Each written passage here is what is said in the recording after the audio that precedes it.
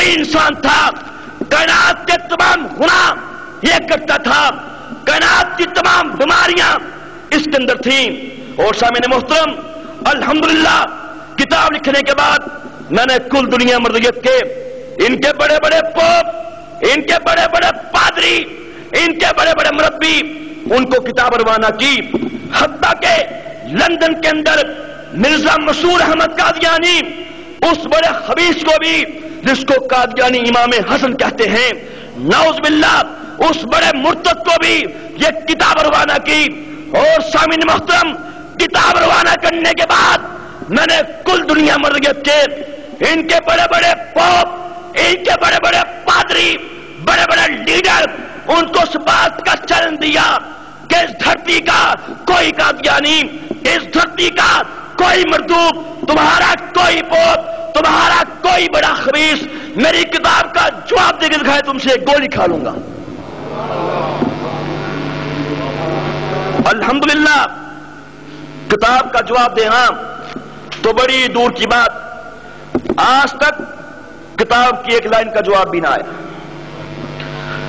اور الحمدللہ انڈیا کے اندر اس کا انگلش میں ترجمہ کیا گیا۔ جب ٹرانسلیشن ہونے کے بعد یہ کتاب ابروڈ کنٹریز میں پہنچی، امریکہ پہنچی، انگلینڈ پہنچی، الحمدللہ سینکڑوں مرضیوں نے اس کتاب کا مطالعہ کرنے کے بعد مرزائی مذہب پہ تھوک دیا اور دار اسلام میں داخل ہو گئے۔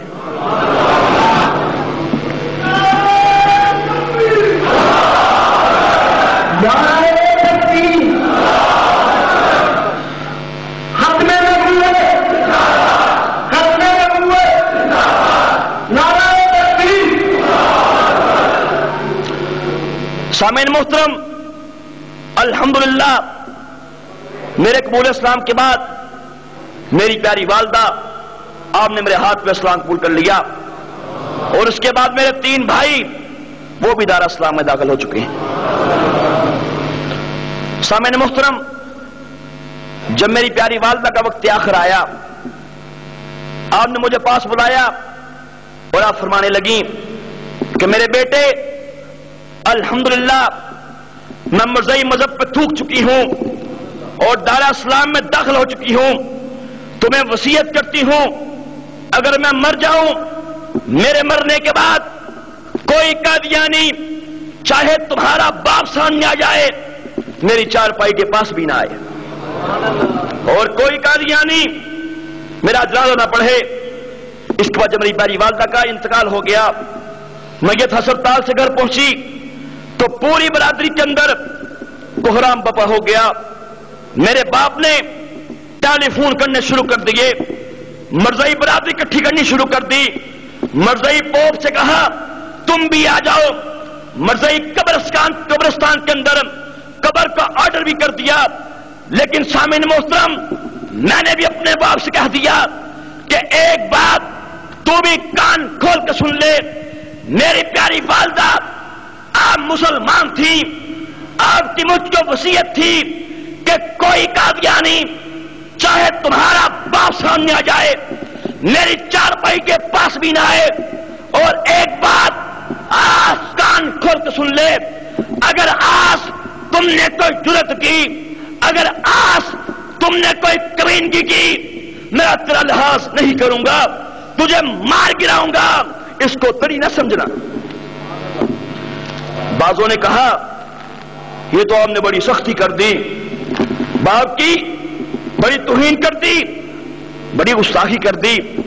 میں نے کہا سنو، اس وقت اس کائنات کے اندر 2 ہی رشتے ہیں، ایک کفر کا رشتہ ہے، دوسرا اسلام کا رشتہ ہے، اور 3 اسلام پڑھ کے دیکھ لو، جب بھی کبھی دونوں رشتوں کا آمنا سامنا ہوا ہے تو اسلام کے رشتے نے کبھی بھی کفر کا لحاظ نہیں کیا، چاہے سامنے باپ ہی کیوں نہ کھڑا ہو۔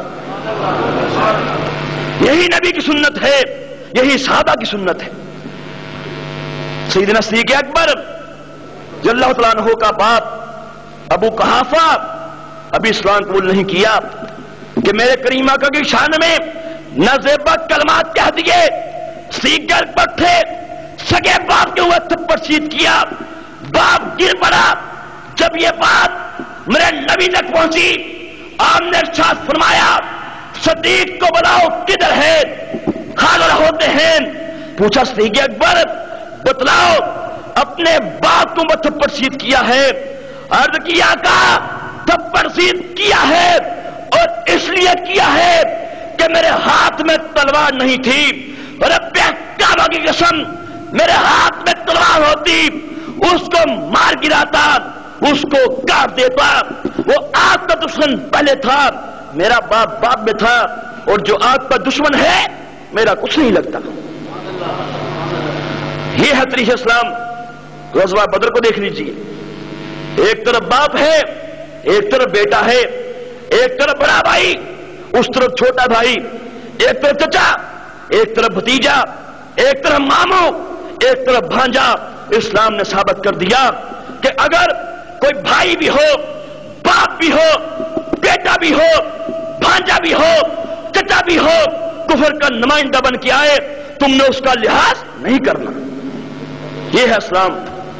अल्हम्दुलिल्लाह मैंने भी टेलीफोन किए, उलमाए किराम को इकट्ठा किया, मुजाहिदीन इस्लाम को इकट्ठा किया, और हमारी तमाम की तमाम गली मुसलमानों से भर गई। अब एक तरफ मर्ज़ई पोप खड़े थे, इनके बड़े बड़े मुरब्बी खड़े थे, एक तरफ मुसलमान खड़े थे। किसी कादियानी में जुर्रत न हुई कि मेरी प्यारी वाला के चारपाई के पास भी आ सके। अल्हम्दुलिल्लाह एक मुसलमान आलिम दीन ने आपका जनाजा पढ़ाया और आपको सुपुर्द खाक कर दिया गया। सामीन मोहतरम, मेरी प्यारी वालिदा के इंतकाल के अगले रोज मैं ख्वाब में क्या देखता हूं कि एक इंतहाई खुशनुमा और खूबसूरत किस्म की बग्गी है जो अनवाउ अक़साम के फूलों से भरी हुई है।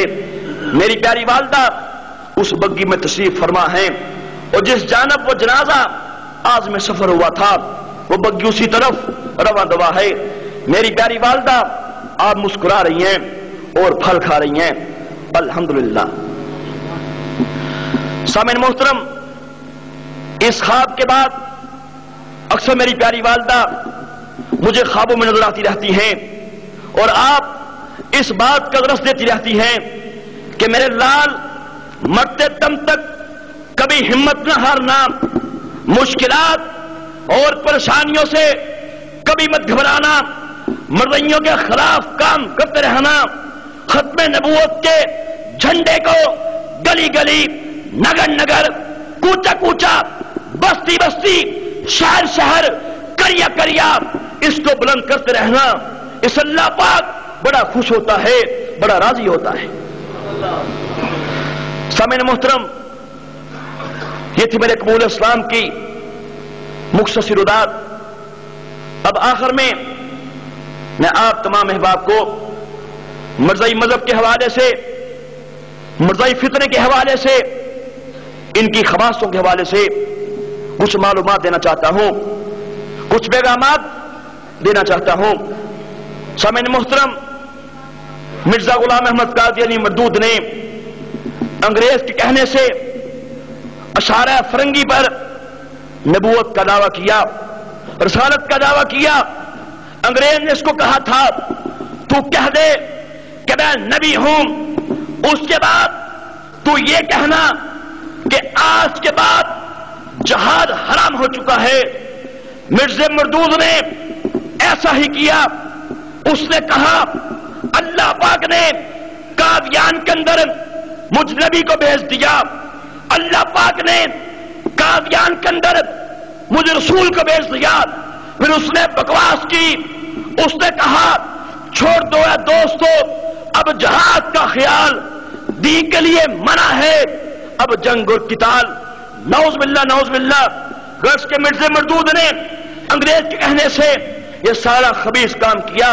सामीन मोहतरम, मिर्जा कादियानी अपनी तमाम जिंदगी अल्लाह के बारे में, तौहीद बारी ताला के बारे में, अंबिया अलैहिमुस्सलाम के बारे में, मक्का मदीना के बारे में, असहाबे रसूल के बारे में, कुरान हदीस के बारे में बकवास करता रहा।